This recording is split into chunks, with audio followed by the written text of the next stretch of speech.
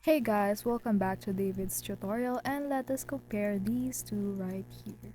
So both Moonlight and Steam Link are two top of the game streaming apps but they serve different needs. Moonlight uses NVIDIA's Game Steam technology which delivers ultra low latency and high quality 4K 60 streaming perfect for competitive and demanding games. So, it works best if you have an NVIDIA GPU and want to stream from your PC to any device including Android, iOS, and even Raspberry Pi. Next up, Steam Link. Steam Link, on the other hand, is Valve's official app and works seamlessly with your Steam library. It is user friendly, requires minimal setup, and supports both local and remote play, but performance can slightly lag behind Moonlight in terms of latency and image quality.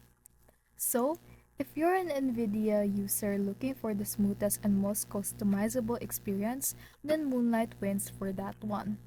But if you want a plug and play solution that's simple and Steam integrated, then Steam Link is still a great choice.